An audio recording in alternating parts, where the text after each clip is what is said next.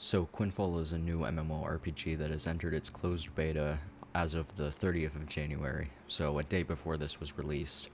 But it has sparked a lot of talk about the game as the devs have used a lot of assets. People who were also skeptical about whether this game was actually real, being as it took only 2 years to make, whereas World of Warcraft, for example, took a lot longer than that. Anyway, today, as I'm recording this, the devs have released a video to their YouTube channel, and it is the first closed beta interview. I thought I might as well give a very simple summary on the video. I won't be going in depth on everything that was said unless I feel like it should be, otherwise I'll just go over the basic topics that was said. And the original video is in Turkish, I believe, and I'm not too sure how reliable the subtitles on the video were, so if I mistake anything or say something that they didn't actually talk about, that's my bad. So the first question that is asked is how big the map will be in the closed beta, and if there will be any restrictions, and the member of the dev team that's answering the question says that the map will be fully available to explore and there won't be any restrictions during the beta. The second question asked is, in my opinion, an important one, and it was, is the game pay to win? The dev says that there is absolutely no pay-to-win elements in the game, and they aren't going to add any pay-to-win elements in the future. So I think this is great to hear, as pay-to-win is sometimes a killer for some games. I'm just hoping that they actually stick to their word and don't add any pay-to-win features or whatever. The third question is, when the game is fully released, will it be a subscription or a one-time purchase? So there are a few MMOs which are in fact a subscription, such as World of Warcraft, but the dev said that the game will be released on Steam and will not have a subscription, and it will just be a one-time purchase. The dev also talks about an in-game store where the currency used in the store can only be purchased through the Steam platform. I'll talk about this more later in the video. For the fourth question, the question is asking about RPG elements in the game, and the dev says that they pay a lot of attention to the RPG elements in the game while also keeping the MMO aspects intact. The fifth question talks about the in-game currency again, which is called a V-coin. The dev goes on to say that in the first stages of the game it will only be available through Steam. He also said that the currency will be available in the early access at the earliest, and the V-coin will be refundable, I believe.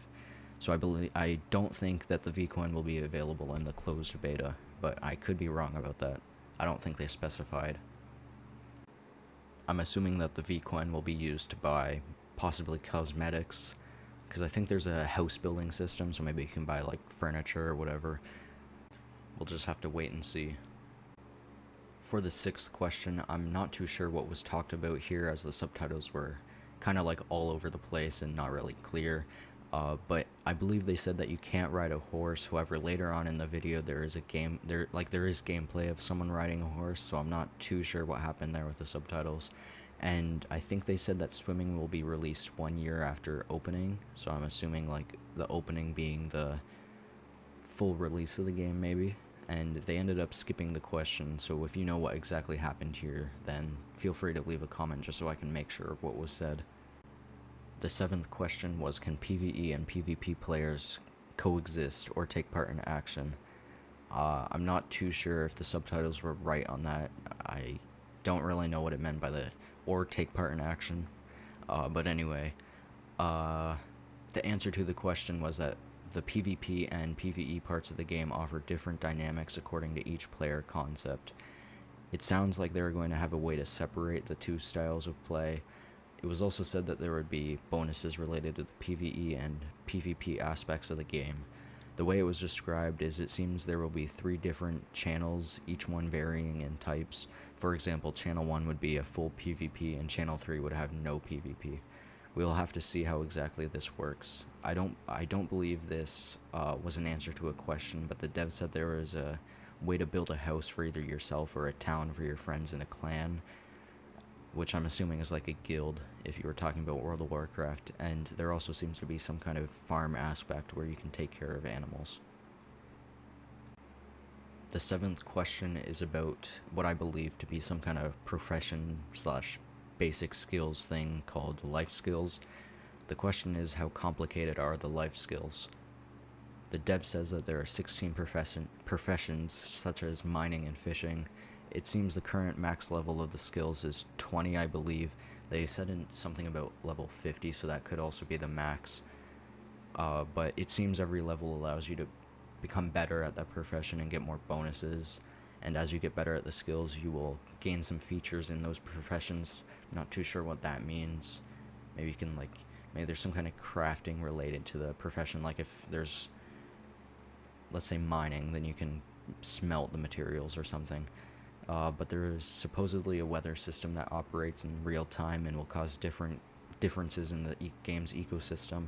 Also, the 3 seasons are going to be winter, summer, and autumn. The 9th thing talked about is the profession called laborer. Apparently they wanted to settle some confusion about that profession. Supposedly the profession is confused with normal labor, but they say that their system is that you, a player, can hire other players to do professions for you. I think that they wanted to make it clear that this wasn't some kind of slavery system, which they said in the video. The 10th thing is the dev explaining the profession called transportation. He says that it is where you bring a player to a specific destination with whatever vehicle you want. I think this is practically like a taxi system. It is also said that there is a Zeppelin system that will transport players to and from different cities. Number 11 is about the optimization of the game and how well it is working. The dev responded saying that optimization is one of the things that they pay the most attention to, and apparently they are able to have lots of players together and the game will still run smoothly. The dev finishes with saying that it is in very good condition right now regarding the optimization. Number 12 is about the use of game assets and why they use them. The dev said that they use them so they can focus on other aspects of the game, and that when you have limited resources, using the assets is a necessity.